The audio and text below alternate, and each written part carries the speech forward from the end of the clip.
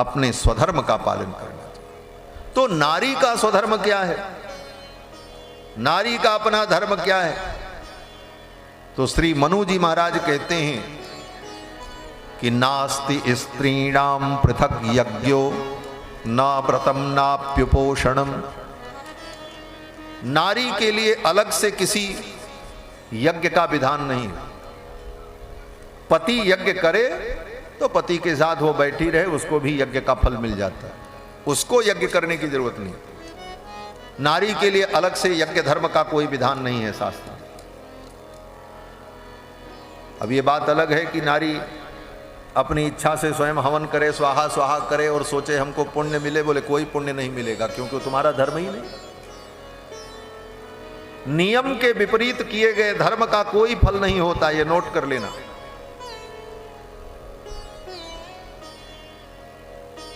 जो नियम है उस नियम से धर्म करने पर ही धर्म का फल होता है, उससे विपरीत करने पर फल नहीं होगा।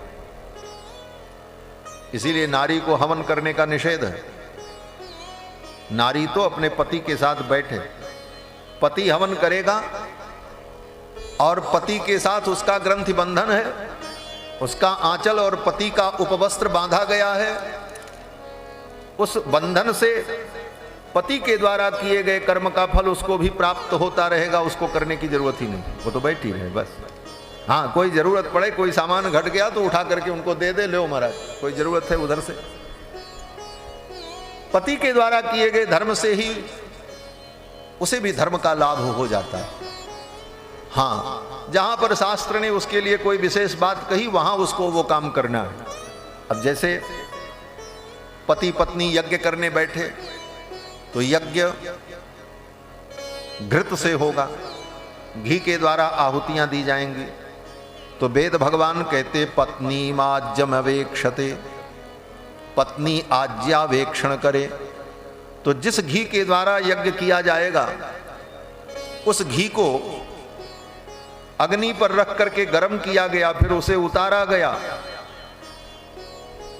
फिर शास्त्र ने कहा अब उस घी को पत्नी अपनी आंखों से देख ले, तब वो घी देवताओं के योग्य बनेगा।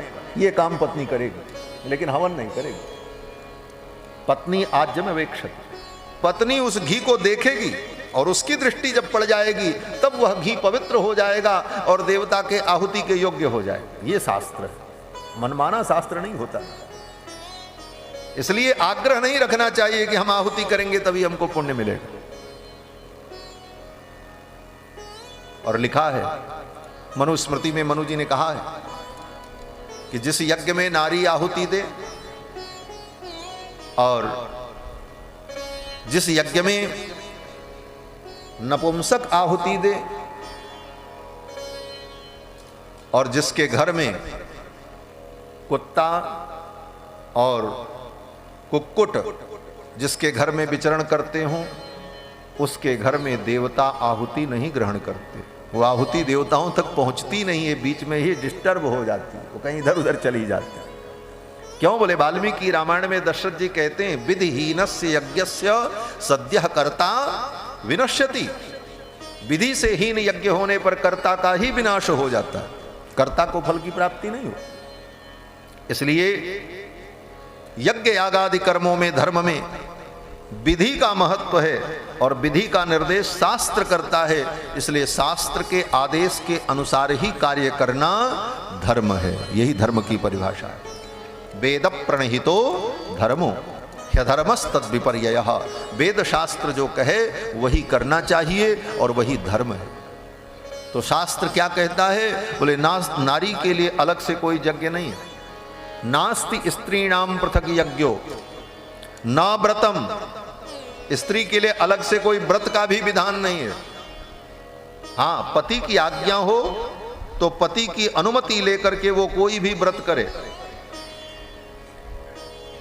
पति की अनुमति लेकर पति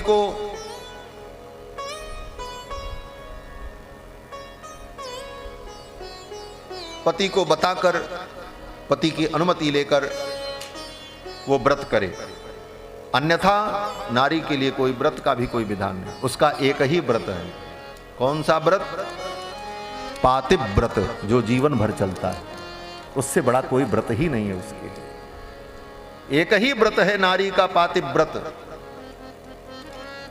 और नाप्युपोषणम, नारी के लिए कोई उपवास नहीं। ये उपवास शब्द बड़ा गंभीर अर्थ है। उपवास, उपवास का मतलब लोग समझते हैं भूखे रहना। बोले उपवास का मतलब भूखे रहना नहीं। उपवास का मतलब है उप माने समीप में, वास माने निवास, उपवास। और यही अर्थ है उपासना का। उप माने समीप में, आसना माने रहना।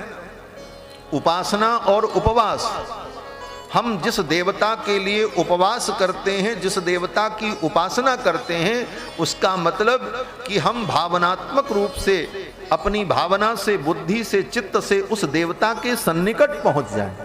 उपवास, उपासना, उनके समीप में अपने को ले जाना, उनसे अपनी नजदीकी बना लेना, उनके सन्निकट रहना, इसका नाम उपवास है। इसी का नाम उपासना है। तो नारी का उपवास और उपासना क्या है? मनु जी कहते हैं नाप्युपोषणम, अन्य कोई उपवास नहीं है, अन्य कोई उपासना नहीं है। अपने पति के सन्निकट रहना, यही सबसे बड़ी उपासना है। उपसमीपे निवासः उपवासः, पति से दूर न रहना, उनके अनुकूल रहना, यही नारी का परम धर्म है। शुश्रूषयति भर्तारम, मनु जी कहते हैं शुश्रूषयति भर्तारम, जो अपने पति की सेवा करती हैं। और इस प्रकार नारी धर्म का जो स्त्री पालन करती है, तेन स्वर्गे महीयते, इसी धर्म के द्वारा उसको स्वर्ग और उत्तम लोकों की प्राप्ति हो जाती है। स्त्री को अलग से कोई तपस्या करने की जरूरत नहीं पड़ती। यही नारी का परम धर्म है। वैवाहिको विधि स्त्रीणाम संस्कारो वैदिक स्मृतः, विवाह ही स्त्री का सबसे बड़ा वैदिक संस्कार है। पति सेवा गुरौ वासो, और पति की सेवा ही गुरुकुल का वास है। और गृहार्थो अग्नि परिक्रिया, और घर में रहकर अपने गृहस्थी को संभालना, पति को प्रसन्न रखना, अपने परिजनों को सुख देना, यही उसका सबसे बड़ा यज्ञ है। यही अग्नि प्रक्रिया है, यही अग्नि की परिचर्या है, और यही नारी का परम धर्म है।